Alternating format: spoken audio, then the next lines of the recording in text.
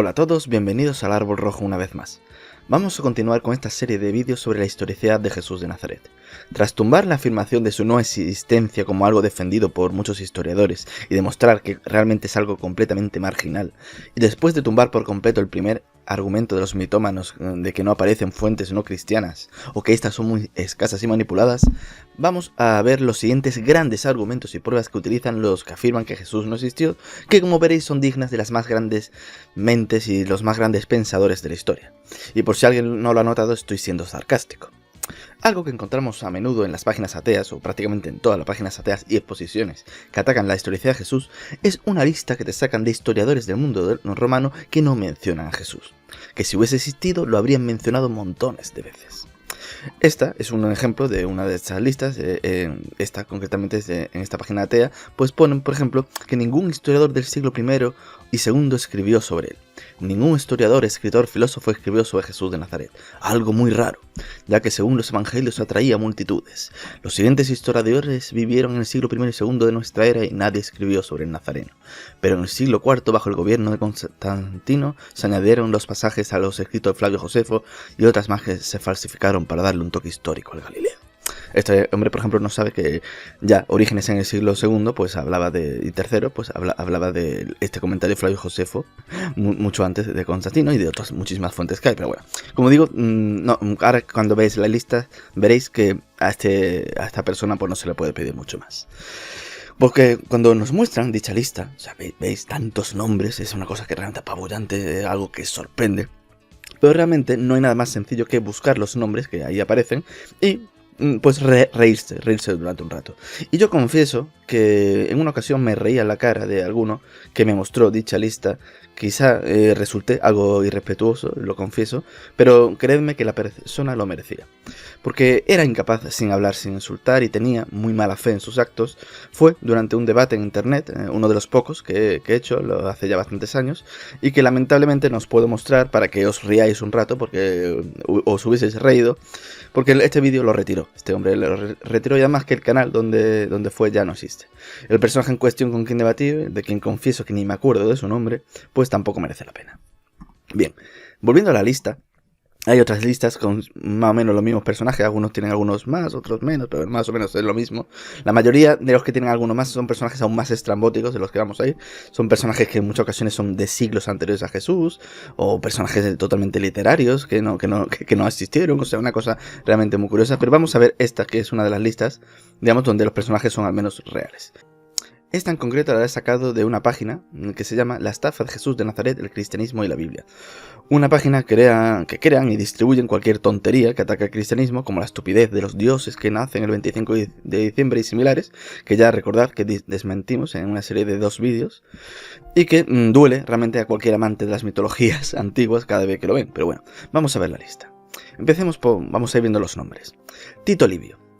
Tito Livio murió realmente en el año 17. En el año 17, antes de que Jesús empezase su vida pública, en el 27. O sea, difícilmente ibas a saber de él. Cátulo.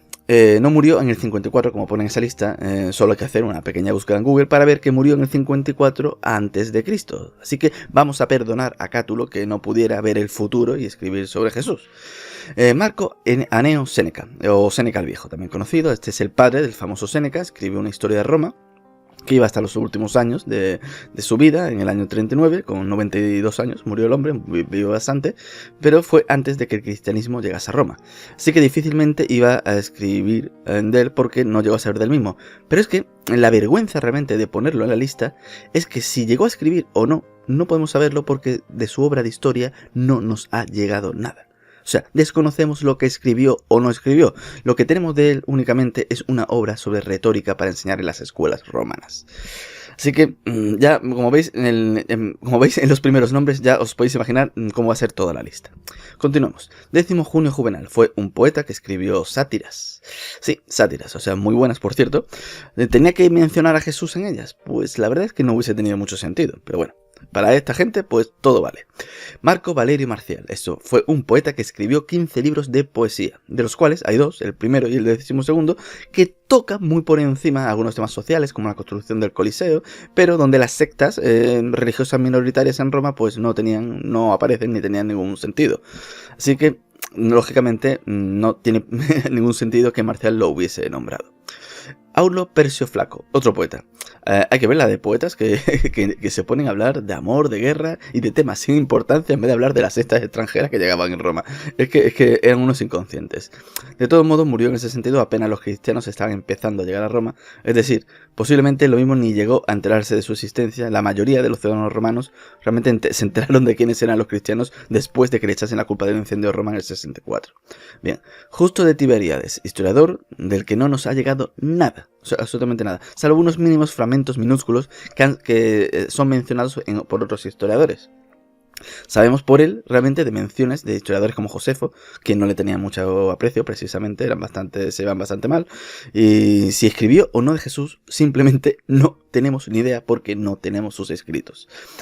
Apolonio de Tiana, personaje del que ya hablamos en el anterior vídeo, y de lo que sabemos de él es de una obra de ciencia ficción escrita por Filóstrato en el siglo III. No tenemos realmente a ciencia cierta que nos dejase nada escrito. Como mucho hay un tratado sobre sacrificios que se le atribuye, pero no hay ninguna prueba real de realmente que lo escribiese él, y aunque lo hubiese escrito él, pues en una obra sobre sacrificios, pues nada pinta hablar de otros personajes. Y aunque este está el último de la lista, vamos a mencionar a Damis porque está relacionado con Filóstrato. Y lo gracioso de Damis es que ni siquiera está claro que sea una persona real o una invención literaria de Filóstrato. No tenemos, obviamente, nada escrito por él, salvo las menciones de Filóstrato, de quien supuestamente recogió notas para su biografía de Apolonio. En fin, como veis, esto es vergonzoso. Epicteto, filósofo de que no nos dejó nada. Lo poco que sabemos de su pensamiento fue a través de su alumno Arriano, y era sobre filosofía. Y claro, si no nos dejó nada escrito, es completamente cierto que no escribió nada sobre Jesús. Bueno, aquí y en todos los nombres de la lista, pues veis el nivelazo de quienes usan esta lista como evidencia de la no existencia de Jesús. Es que esto es tremendo. Pero vamos a continuar, porque es que vais a ver que es que no dejamos ni uno libre. Marco Fabio Quintiliano, un pedagogo, admirador de Cicerón, que nos dejó una obra sobre oratoria, es decir, para aprender a hablar en público. Y es verdad, no menciona a Jesús, fijaos el nivel. Lucano nos dejó la Farsalia, que es una epopeya de Julio César y Pompeyo. Lástima que todo aquello sea bastante antes del cristianismo, pero bueno, parece que eso a esta gente no le importa. Apiano, un historiador romano, que nos dejó una obra sobre las guerras romanas, centrándose sobre todo en las guerras civiles. Los judíos prácticamente no los menciona en toda su obra, salvo cuando Pompeyo profanó el templo y poco más. O sea, y que yo sepa, Jesús no participó en ninguna de esas guerras. Velleio Paterculo, un historiador que murió en el año 31, y su obra sobre Tiberio apenas llega hasta el año 29, o sea, antes de la muerte de Jesús y muchísimo antes de que los cristianos llegasen a Roma, por lo que es imposible que pudiera saber de los cristianos.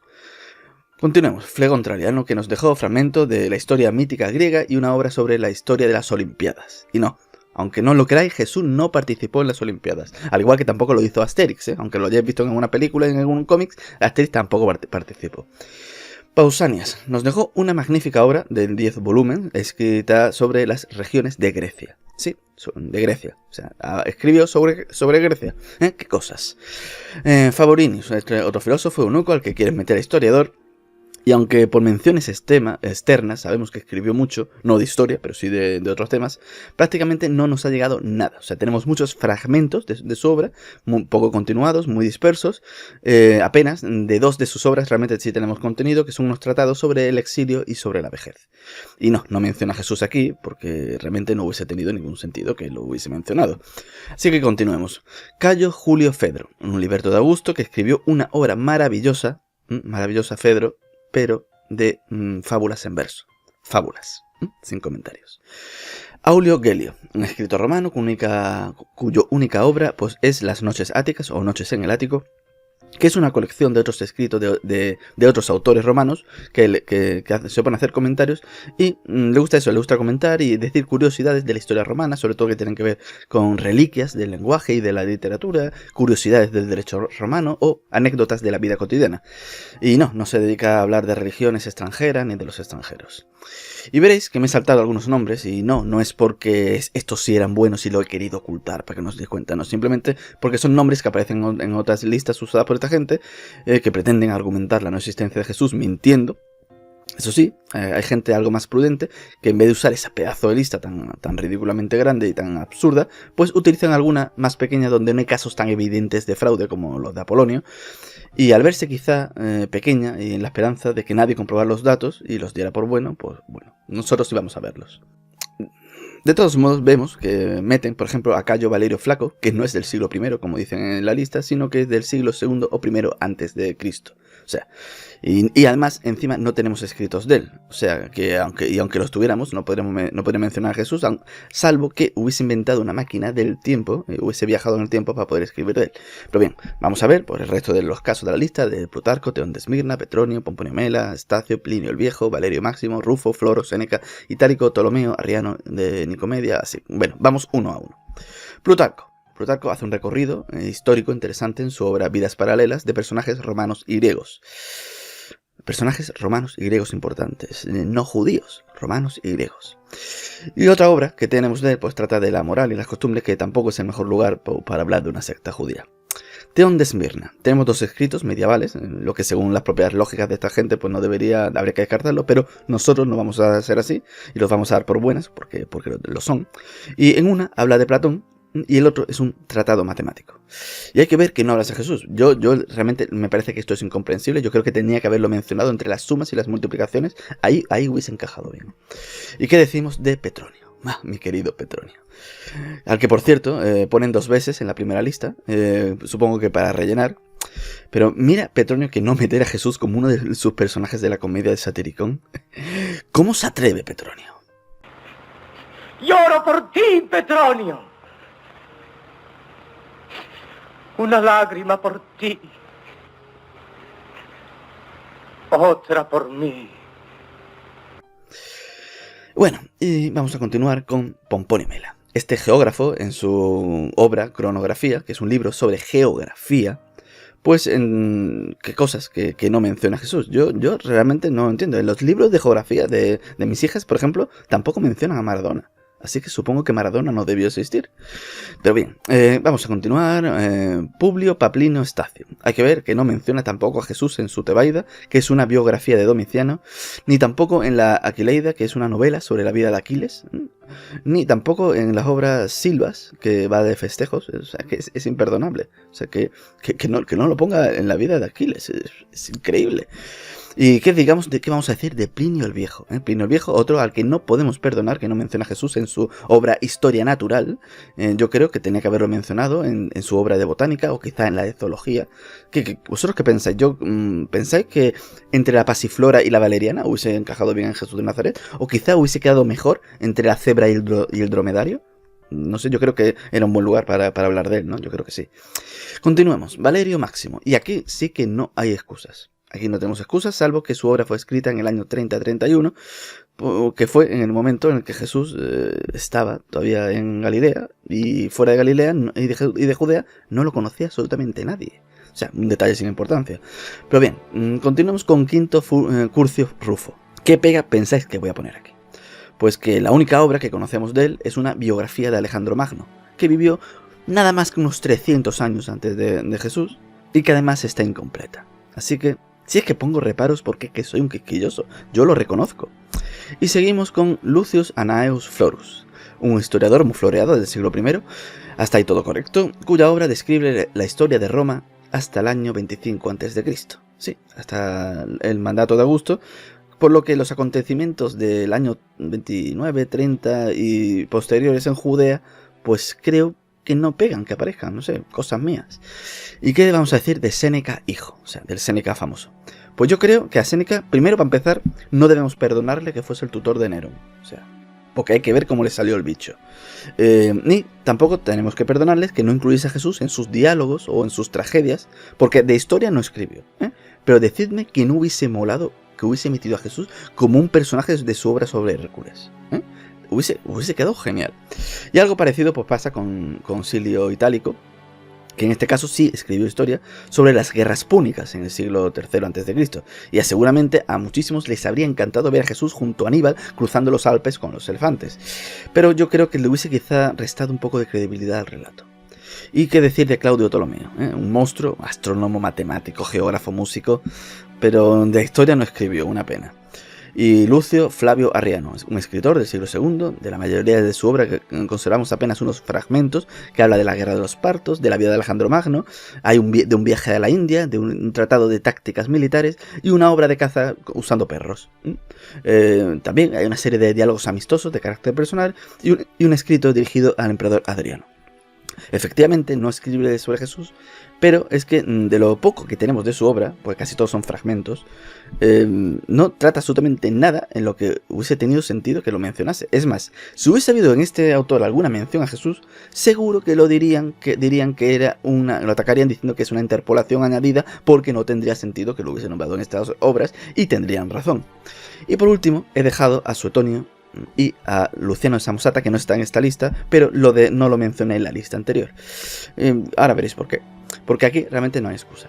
Aquí no hay excusa porque tanto Suetonio como Luciano de Samosata sí tenían que haber mencionado a Jesús, y de hecho lo hacen. O sea, Suetonio y Luciano de Samosata son dos autores que mencioné en el libro anterior de las fuentes del cristianismo, porque Luciano lo menciona en su obra La muerte del peregrino y Suetonio en La vida de Claudio.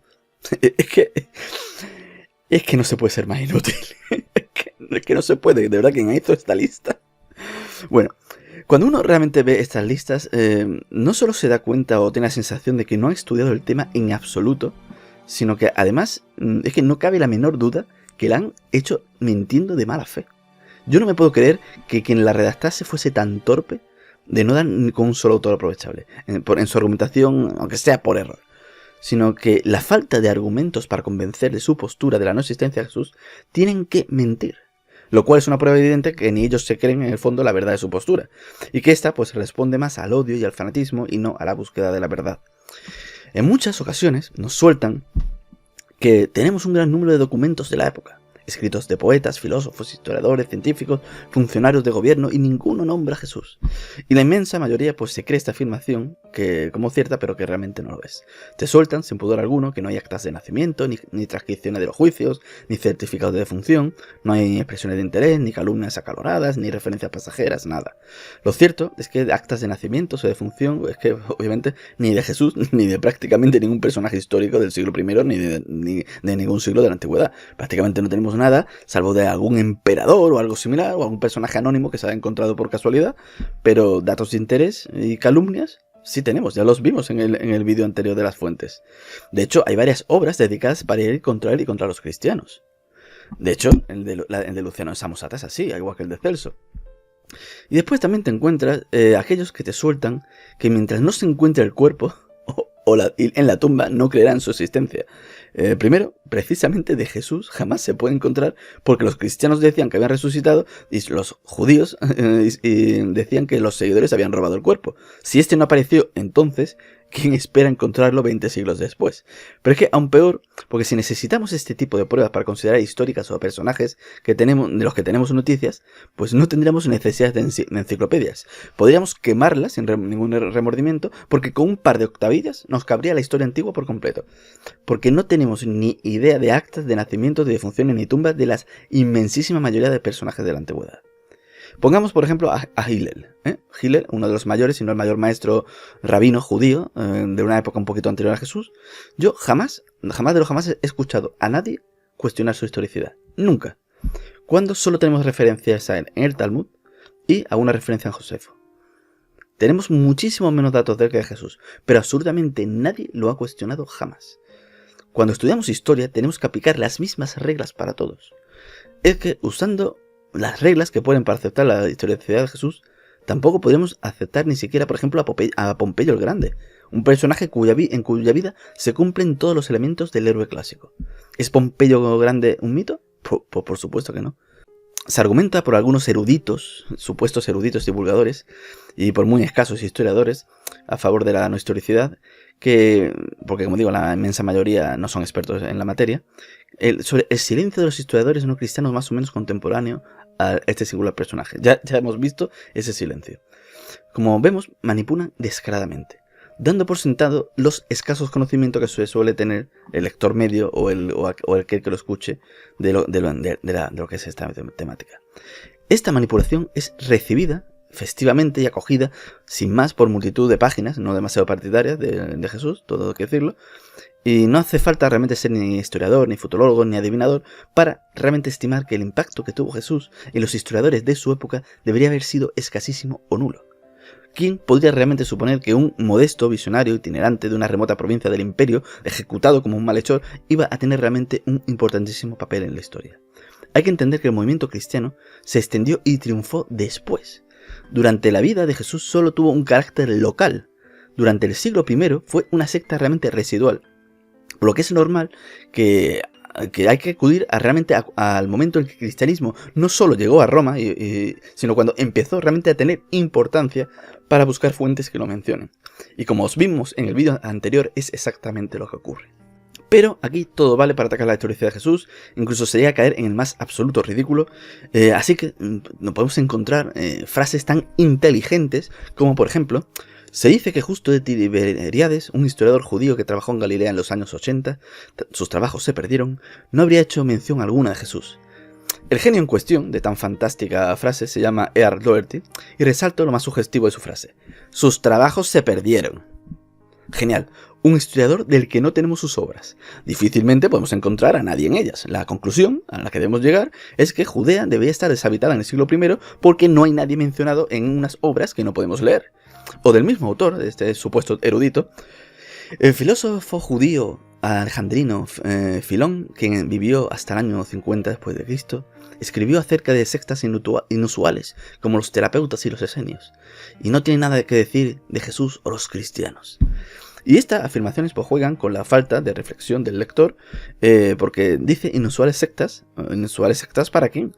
¿Para Filón y la gente de su tiempo? ¿O para los lectores de hoy en día? Porque fariseos, saduceos y esenios representaban los tres grandes movimientos religiosos judíos más importantes de la época. Los esenios ya tenían 2 siglos de existencia. O sea, ¿cómo va a comparar a ojos de Filón, que nace en el 25 a.C. y muere aproximadamente en el 50, la importancia de los esenios con un grupúsculo de seguidores de un tal Jesús, en el supuesto que llegase a tener noticias de ellos a la época, en el año en que murió? Estos astutos argumentos pues, precisan calificar como inusuales a los esenios y a los terapeutas para poder montar a todos en un mismo carro. Y de esa manera pues uno se pregunta que por qué realmente los cristianos no son nombrados por Filón. Pero la cuestión es que Filón, como pasa con los autores que hemos mencionado antes, difícilmente tendría que haber mencionado a Jesús y a los cristianos en las obras de él que nos han llegado. Porque de Filón nos han llegado aproximadamente unas 30 y pocas obras medio completas, después unas 20 medio fragmentadas, y sabemos que escribió otras 20 más de las que no nos ha llegado nada. Pero la práctica totalidad de estas obras son sobre filosofía griega y comentarios de la Torá. Pero efectivamente, dentro de su obra hay dos fragmentados que sí son relatos históricos. Uno de ellos trata de la persecución de los judíos en Egipto por parte de los romanos, centrándose especialmente en Alejandría, y el segundo relata un viaje de una delegación a Roma para llevar quejas al emperador precisamente de esta persecución, por lo que los acontecimientos de una secta minoritaria en su tiempo en Judea no tenían demasiado lugar en estos escritos. Y si bien es cierto que hace una pequeña mención de Pilatos, que es muy breve, no tratan de otros personajes que sí eran realmente muy importantes en la época de Judea, muchísimo más de lo que sí fue Jesús en vida, y Filón no hace mención de ellos. Es que referencias históricas contemporáneas a Yeshua prácticamente no nos han llegado, pero ni de Jesús ni de prácticamente ningún personaje, porque las fuentes no son tan numerosas como nos intentan hacer creer. Es más, son escasísimas. Os voy a relatar, os voy a decir desde el año 30 hasta el final del siglo I, aparte de los textos cristianos, que es lo que tenemos. Veamos cuáles son. Es la totalidad de los escritos originales del siglo I que nos ha legado la imperial Roma, aparte de Filón y de los que ya hemos mencionado de los anteriores autores. Tenemos, algunos los voy a repetir.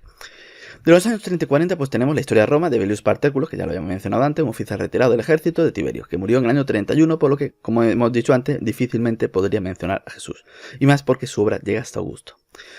Tenemos también las fábulas escritas por Fedro, las que mencioné antes, estas fabulosísimas fábulas en verso, que fue un liberto macedonio. También después, en los años 50-60, tenemos las obras filosóficas y cartas de Séneca, en cuales obviamente ya hemos mencionado que la secta judía no pintaba nada. Tenemos un poema de su sobrino, Lucan, del sobrino de Séneca. Tenemos un libro sobre agricultura de Columela, que era un soldado retirado. Tenemos los fragmentos de la novela del Satiricón de Gallo Petronio, ya la completa, pues lo tenemos más adelante. Unas obras, unas cuantas líneas de un satírico romano, de Persio. Tenemos la historia natural, la historia naturalis de Plinio el Viejo. Los fragmentos del comentario sobre Cicerón, por Asconius Pedianus. Una historia de Alejandro Magno, por Quintus Curtius. ¿Os habéis fijado que de todos los personajes que rodean a Alejandro no nos ha llegado absolutamente nada contemporáneo, y ni siquiera de los siglos posteriores inmediatos a Alejandro, y nadie los discute? Curiosidades. De los años 70 y 80 pues tenemos algunos poemas y epigramas de Marcial, una obra menor sobre oratoria de Tácito, y de Flavio Josefo, pues ahí tenemos el escrito contra Apión y la guerra de los judíos. Y ya de los años 90 pues tenemos una obra poética de Estacio, 12 libros de Quintiliano sobre oratoria, la biografía escrita por Tácito sobre su suegro Agrícola y su obra Germania, una obra magnífica. Y de Tácito hay mucho más, pero ya en el siglo II. Y ya está, aparte de las otras que hemos mencionado en la lista de antes. O sea, fijaos qué pocos textos nos ha legado la Roma del siglo I. Qué poquitos autores. O sea, realmente historiadores, 4. Y he incluido artículos que, aunque era amateur. Y de esos 4, que pudiesen hacer alguna referencia a Jesús, solo hay 2. Y los 2 lo hacen. O sea, y Tácito, que esto ya habló de Jesús, pero ya en Anales, en el siglo II. O sea, como podemos ver, estos argumentos sobre la supuesta enorme cantidad de fuentes del siglo I son pues como las vergonzosas listas de autores que no mencionan a Jesús o los cristianos, y que son realmente un auténtico despropósito, redactado solo por alguien que es un mentiroso sin moral y cuya falta de argumentos y odio hacia los cristianos pues le ha llevado a inventarse semejante mamarrachada simplemente para intentar hacer daño a personas que tienen unas creencias diferentes a las suyas. Y el tener que mentir de forma tan hipócrita y torticera me hace pensar que realmente ni ellos se creen que Jesús no existió, sino que simplemente es el odio y el orgullo el que les mueve y les motiva. Y obviamente no todos los que comparten esta lista son así. La mayoría simplemente son ignorantes que no se han molestado en comprobar ni uno solo de los nombres de esta lista de la vergüenza, como no se han molestado en analizar la mayoría de los argumentos de los que están a favor de sus ideas. Y aquí terminamos este vídeo y quedamos a la espera de nuevas entregas, donde veremos las fuentes cristianas, también las pruebas arqueológicas. Así que sin más que añadir, os pido que si os ha gustado el vídeo le deis like y lo compartáis, y nos vemos en el próximo vídeo programa. Hasta pronto.